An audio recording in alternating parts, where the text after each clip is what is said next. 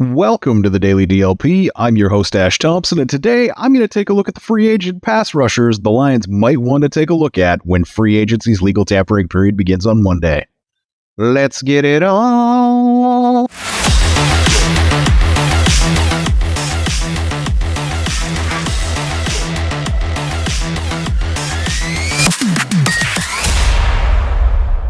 Well, the Lions did generate a decent amount of pressure last season, but the primary driver for that was one guy, Aiden Hutchinson. On the other side, they had Romeo and Julian Okwara, Charles Harris, Josh Pascal, James Houston when he was healthy, and John Kaminsky when he wasn't busy covering for the team's lack of rosterable interior defensive linemen. The first three guys are no longer with the team. So there's clearly some room to bring in outside talent. But what do the Lions actually need here? They have young players that they're trying to coach into something. So frankly, drafting another guy, well, they could. I wouldn't say it's the number one way that I'd like them to address this position. This is one where I actually would like them to sign somebody, which is why I didn't get stuck in the grab bag of the last episode where I said don't do anything. Several different positions. They've got the stalwart guy doing the dirty work, so they don't really need more of that. They need someone good. They need someone legitimately good. They need to add a starter. But because they do have some youth to develop, if that starter's a bit older and he's out of the way in 2 or 3 years, that's fine. Brian Burns and Josh Allen were franchise tagged, so I'm ignoring that they exist. If the Lions don't make a move in a week or two, I might look at those situations and guess what it would take to pull those guys out of their current spots with a trade if they haven't signed already. But otherwise, they're not really valid parts of this conversation. But who is? The big fish here, obviously, is Danielle Hunter. If you listen to PFF, Hunter's production is a bit of an outlier, but he's a consistent outlier. He isn't someone who puts up 100 pressures a season, and not like Aiden Hutchinson did this year. But he doesn't put up that many pressures on his way to double-digit sacks. That's normally an indicator that a player had kind of a fluky year if he's not generating pressures but putting up a ton of sacks like that.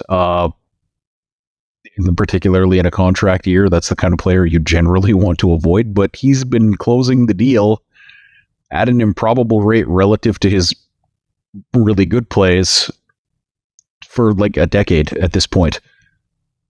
With different defensive coordinators in different defensive roles. It's just kind of what he does.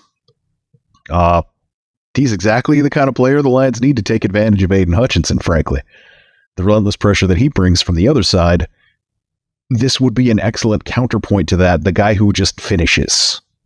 Let Aiden do 85% of the work. Let someone else come in and finish off the other 15. That's not a bad idea. He's 29 years old, and all the speculation seems to be thinking that he's going to be getting some kind of 3-year deal, so it's unlikely to interfere with the retention of the team's core. Basically, it just adds a double-digit sack guy to the team's total that they have right now, which is a home run, as far as I'm concerned. The triple in this scenario would be Jonathan Greenard. He's 26, and on a per-game basis, he's been an 11-sack guy for the last 3 years. That's his pace. This year he put up 12.5 in 15 games, but that's the most he's ever played. And that's why he's only a triple.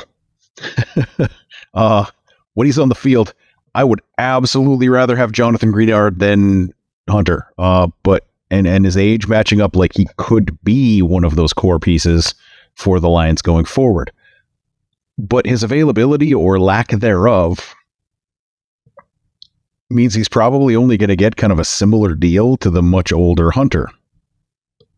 But as I stated previously, the Lions kind of have young talent they're trying to develop as well, which in this case insulates them against the risk involved in signing Jonathan Greenard, because if it doesn't work out, you do also have several contingency plans on the roster. He's a really good run stuffer with enough athleticism to basically just out-athlete tackles on passing downs, which is kind of what the Lions hoped they were getting when they drafted Josh Pascal. But this guy's 2 years farther down the development track.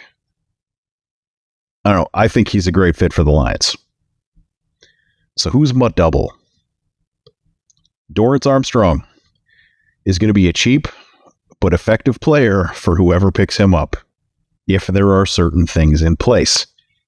He's never going to be the flamethrower off the edge causing the mayhem, but as the other guy who moves around the line, like this is a chess piece. This guy plays for the Cowboys, by the way, currently, or did. He's a chess piece who can play varied roles, like passing down on 3 technique. He's played off-ball linebacker as a QB spy. And he's, line up in the wide 9. Well, basically everything you will ever ask an edge to do, this guy can do that at a reasonable level of pass rush pressure. Like when the Lions were playing the Cowboys, I said they needed to use personnel groups to get the Cowboys into their lighter personnel and then run right down their throats because the Cowboys couldn't hold up against the run in those alignments. And that's the downside of Dorrance Armstrong. Is he's a sizable liability against the run when he's playing on the inside. So like he's a solid role player. The Lions probably aren't going to do it just because they care so much about that. But he's my guy. I think he'll do very well wherever he goes, as long as they're willing to use him in that way, where he's moving around a bunch and kind of just supplementing what the team can do. He's 27 when the season starts. Could be on the team for a while if they wanted that particular skill set.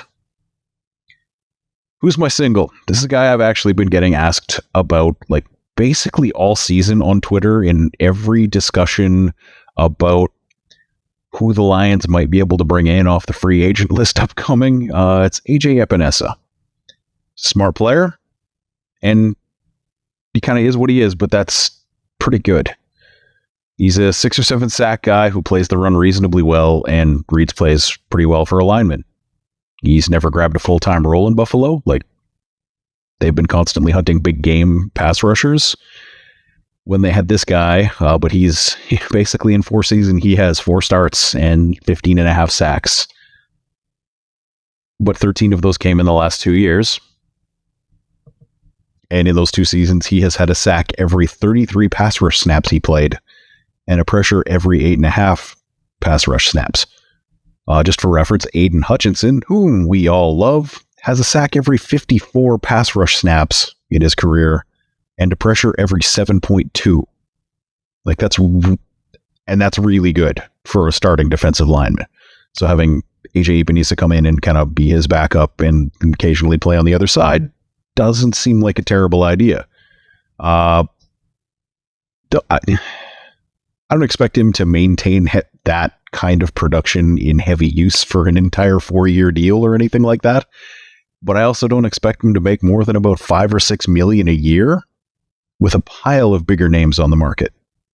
Like Chase Young, who isn't even making this list because I don't want the Lions to go anywhere near him. So now for the walk. Do you guys remember Carl Lawson? Had a bunch of really good years with the Bengals, signed a big free agent contract with the Jets, and then fell off the face of the planet. Well, he kind of got quintritioned with the Jets, except they didn't have the decency to try and trade him away. He came back from an Achilles, he signed in 21, tore his Achilles. Came back in 22, had 49 pressures and 8 sacks, which, as far as a guy in the first year of recovery from an Achilles tear, that's ridiculous.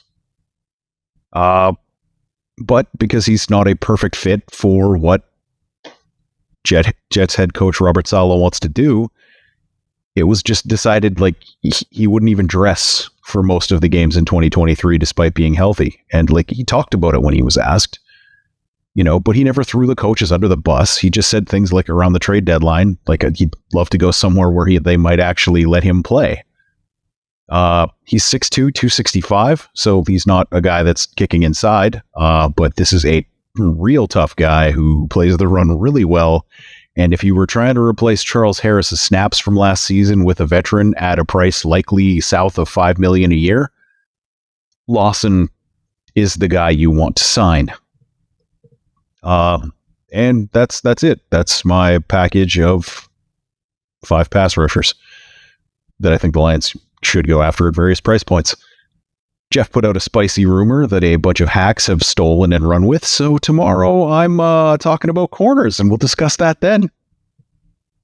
See you tomorrow.